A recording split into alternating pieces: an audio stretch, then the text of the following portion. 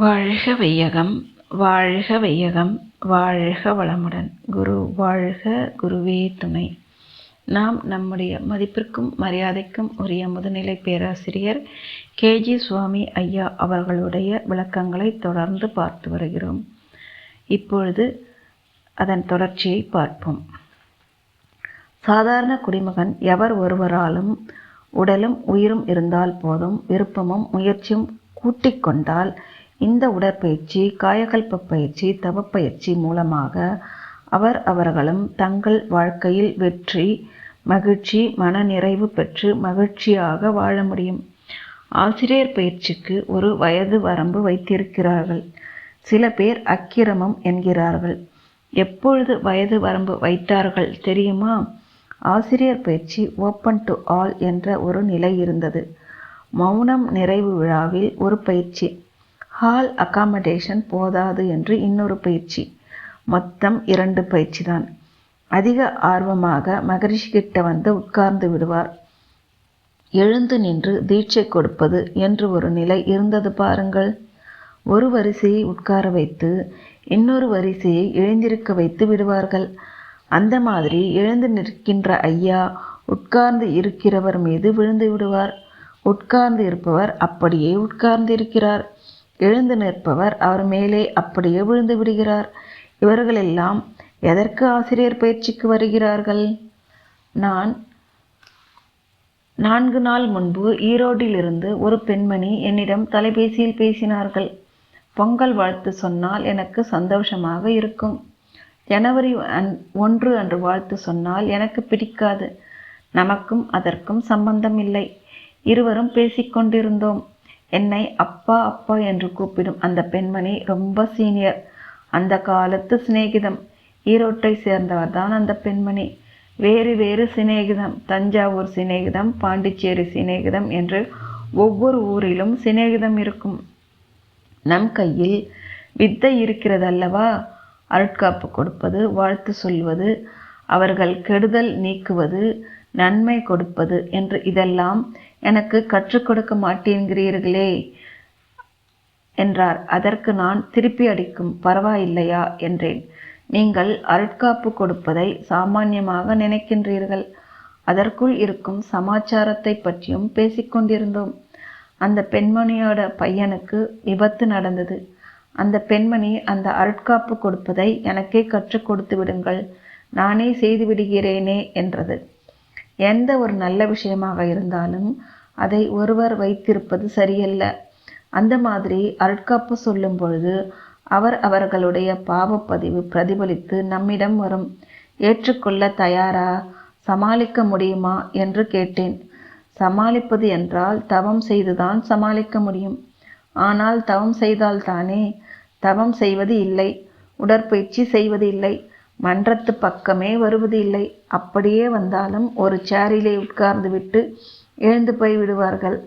இவர்கள் ஒரு தவ சிரேஷ்டத்தின் மூலமாக மக்களுக்கு நன்மை செய்யும் ஆற்றலை எவ்வாறு பெற முடியும்?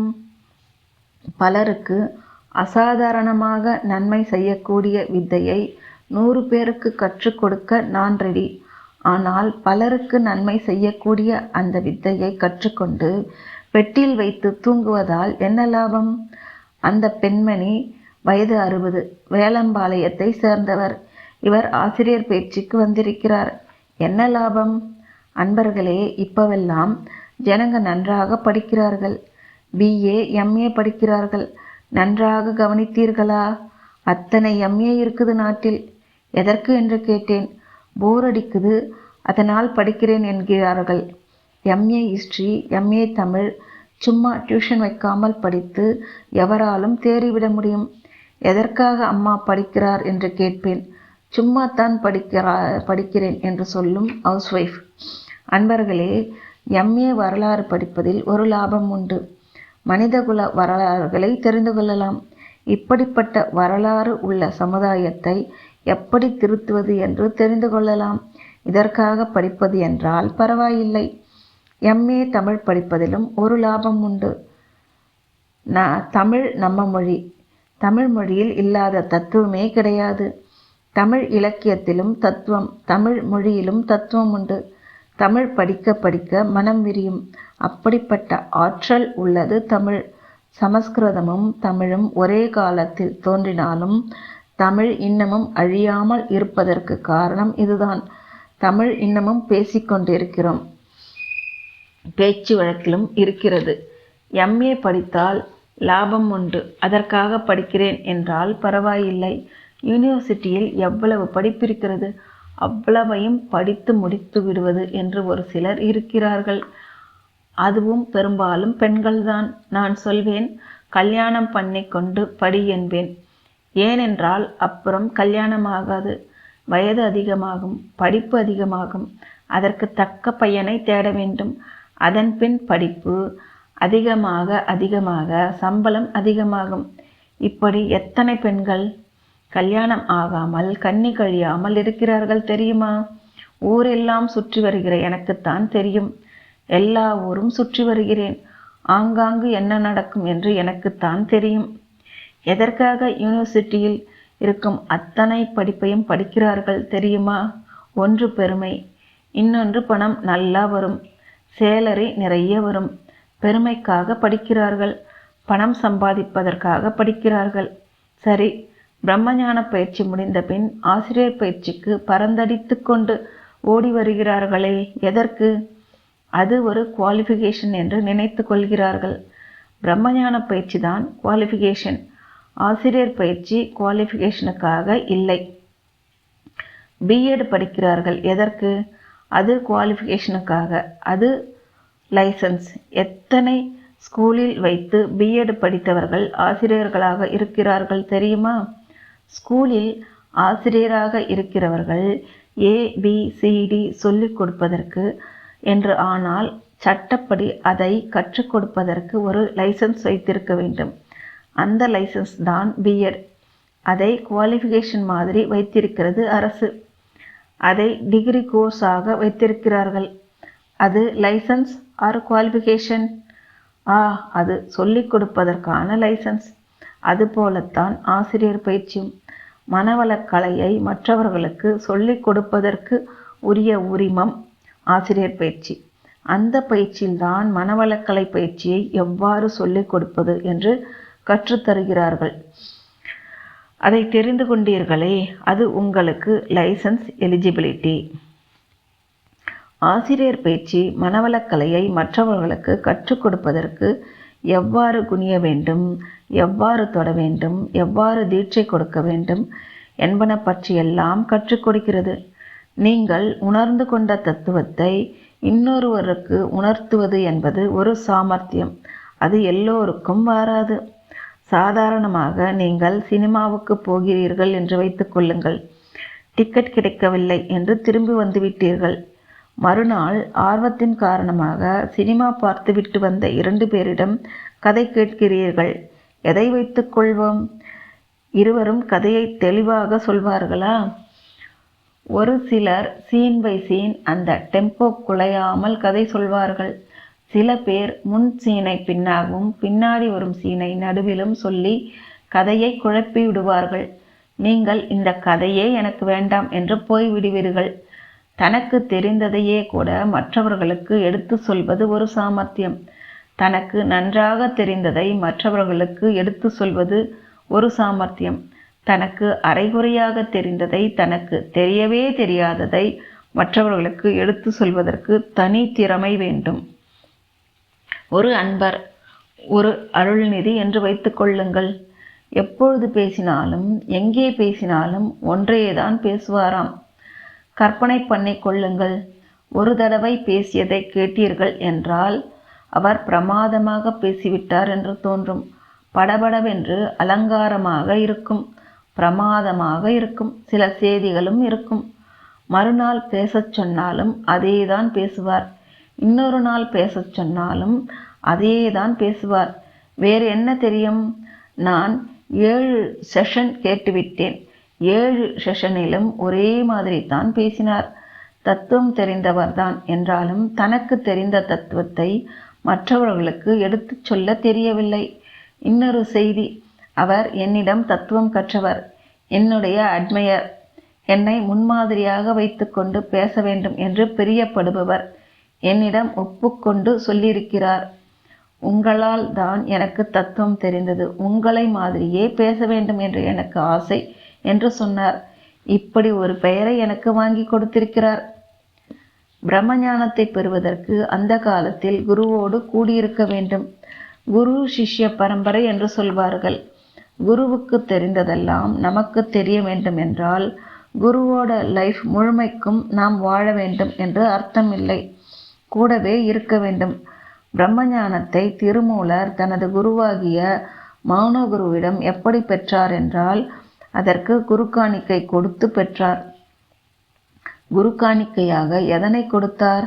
தன்னுடைய உடல், பொருள், ஆவி மூன்றையும் நீர் ஊற்றி தத்தம் பண்ணி கொடுத்தார். பிரம்மஞானத்தை பெறுவதற்காக அட்வான்ஸாக கொடுக்கிறார் குரு காணிக்கையை. பிரம்மஞானம் என்றால் 400 ரூபாய் கொடுத்துவிட்டு 3/4 அடிக்கு அரை அடித்தால் ஒன்று வாங்கி வந்து விடுகிறோம். நாங்கள் அந்த காலத்தில் இதை பற்றித்தான் புகார் சொல்லுவோம். அவர்கள் என்ன சொல்வார்கள் என்றால், என்னிடம் விதை நிறைய இருக்கிறது, உங்களிடம் குறைவாக இருந்ததென்றால் நீங்கள் தேடி பார்த்து தண்ணீர் பார்த்து பள்ளம் பார்த்து விதைக்கிறீர்கள். என்னிடம் விதை நிறைய இருக்கிறது, நான் வாரி இறைக்கிறேன். சேற்றில் விழுந்தால் அது முளைக்கிறது, கட்டாந்திரையில் விழுந்துவிட்டால் எனக்கென்ன நஷ்டம்? மகரிஷி அவர்களுடைய அணுகுமுறை இது. முற்காலத்து அணுகுமுறை பக்குவம் பார்த்து கொடுப்பது. இரண்டையும் வேவ் பண்ணி பாருங்கள். நான் பாண்டிச்சேரியில் நிறைய அருள்நிதிகளை உருவாக்கினேன். அதை நான் பெருமையாக சொல்லிக்கொள்ளவில்லை. நம்பர்ஸ் தான் அதிகம். அதில் ஒரு அருள்நிதி வீட்டுக்கு நான் போகும்போது அவருடைய மனைவி என்னை பார்த்து சிரிக்கும். இளக்காரமாக சிரிக்கும். பெரிய வாத்தியார் வராரையா என்று சிரிக்கும். என்ன அர்த்தம் என்றால், ஆம்படையான் குடிக்கிறான், இந்த குடிகாரனை திருத்தாமல் அவனுக்கு அருள்நிதி பட்டம் வாங்கி கொடுத்த வாத்தியார் வருகிறார் என்று சிரிக்கும். அவருடைய நண்பர் இன்னொரு அருள்நிதி பெண்டாட்டியை போட்டு அடிக்கிறார் என்று புகார் சொல்வது குடிகார அருள்நிதி. பொண்டாட்டியை போட்டு அடிக்கிறான், ஊரெல்லாம் திட்டுகிறாங்க, இவனை போய் ஆழியார் அழிச்சுக்கிட்டு போய் ஆசிரியராக்கி இருக்கிறீர்கள். இப்படியெல்லாம் புகார். சர்டிஃபிகேட் வரும். இப்பொழுது உங்களை பிரம்ம நிலைக்கு உயர்த்தி விட்டேன், உங்களை பிரம்மஞானி என்று அறிவித்து விட்டேன். கூன் விழுந்து உட்கார்ந்து இருந்தவர்கள் எல்லாம் நன்கு நிமிர்ந்து உட்கார்ந்து கொள்வார்கள். இது எங்கே? ஆழியாரில். இப்பொழுது முதல் நீங்கள் எல்லோரும் பிரம்மஞானிகள், எல்லோரும் 4 அங்குலம் உயர்ந்து விடுவார்கள்.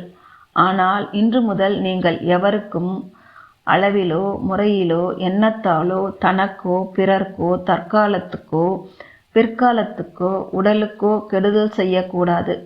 அங்கே போனால் தானே அதற்கு ஒரு வழி கிடைக்கும். ஆர்ஷாக ஒரு வார்த்தை கூட பேசக்கூடாது. ஐயா, தயவு செய்து வழிவிடுகிறீர்களா? நான் அந்த பக்கம் போக வேண்டும். ஒரு வார்த்தை கூட பிறர் மனம் புண்படி பேசக்கூடாது. யாருடைய மனமோ உடலோ உங்களால் பாதிக்கப்படக்கூடாது. மனிதன் என்று கூட மகரிஷி அவர்கள் சொல்ல மாட்டார்கள். எந்த ஜீவனுக்கும் துன்பம் தரக்கூடாது என்று சொல்வார்கள். அதுதான் பிரம்மஞானம். முதலில் சொன்ன கண்டிஷனில் இருந்து கொஞ்சம் தளர்த்தி அடுத்த பாயிண்ட் சொல்வார்கள். முடிந்தவரை துன்பப்படுபவர்களுடைய துன்பம் போக்க உதவி செய்யுங்கள். நாம் பாட்டுக்கு போகிறோம் வருகிறோம். இதை புரிந்து கொள்ள வேண்டும். குருவாக இருக்கக்கூடியவர்கள் நம்மிடம் என்ன எதிர்பார்க்கிறார்? நாம் முழு ஞானியாக ஆக வேண்டும் என்று எதிர்பார்க்கிறார். பிரம்ம ஞானியாக, இறைவனை உணர்ந்தவராக ஆக வேண்டும் என்று எதிர்பார்க்கிறார். இறைவனை உணர்ந்து கொண்டால் ஒரே இறைவன்தான் எல்லோரிடத்திலும் இருக்கிறார் என்பதை தெரிந்து கொண்டால் நான் யாருக்கு கெடுதல் பண்ணினாலும் எனக்கே கெடுதல் பண்ணியதாக அர்த்தம் அல்லவா? ஆகவே யாருக்கும் கெடுதல் பண்ணக்கூடாது. அதன் பின் யாரும் வருந்தக்கூடாது. யார் வருந்துகிறார்? அவர் யார்? பிரம்மம். நாம் வருந்துகிறோம். எனக்கு அரிப்பு எடுத்தால் நான் சொரிந்து விடுகிறேன் அல்லவா? அதுபோல் மற்றவர்கள் வருந்தினால் அவர் வருத்தத்தை போக்க வேண்டும். அதற்கு ரிலாக்ஸேஷன் கொடுக்கிறார், முடிந்தவரை என்று. பிரம்மஞானம் பெற்றவர்கள் எந்த அளவில் இதை கடைபிடித்து வருகிறார்கள்? ஒரு அளவில் இதை கடைபிடித்து வருகிறார்கள். அதன்பின் நீங்கள் ஆசிரியர் பேச்சுக்கு போகிறீர்கள்.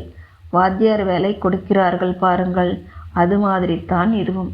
வாழ்க வளமுடன்.